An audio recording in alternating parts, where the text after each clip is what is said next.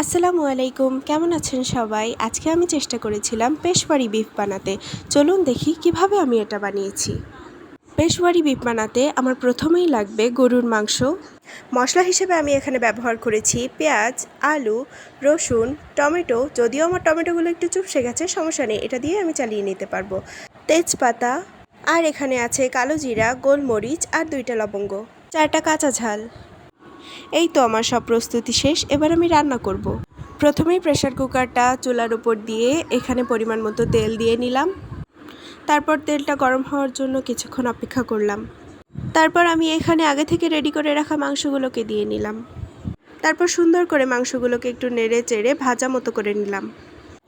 মাংসগুলোর রং যখন একটু পরিবর্তন হয়ে গেল, আমি এর মধ্যে ধীরে ধীরে দিয়ে দিলাম আলু, পেঁয়াজ, টমেটো, তেজপাতা, কাঁচামরিচ, কালো জিরা আর সেই 2টা লবঙ্গ।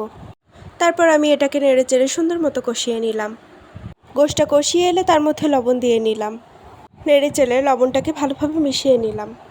মাংসের ভেতর থেকে যখন একটু করে পানি ছাড়া শুরু করলো, তখন আমি আগে থেকে প্রস্তুত করে রাখা গরম পানি মাংসের ভেতরে ঢেলে দিলাম। পানিটা একটু বেশিই দিয়ে ফেললাম।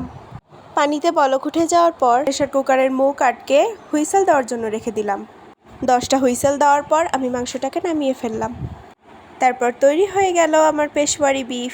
তারপর আমার গিনিপিগ মানে বুবুনকে দিয়ে এটা টেস্ট করালাম।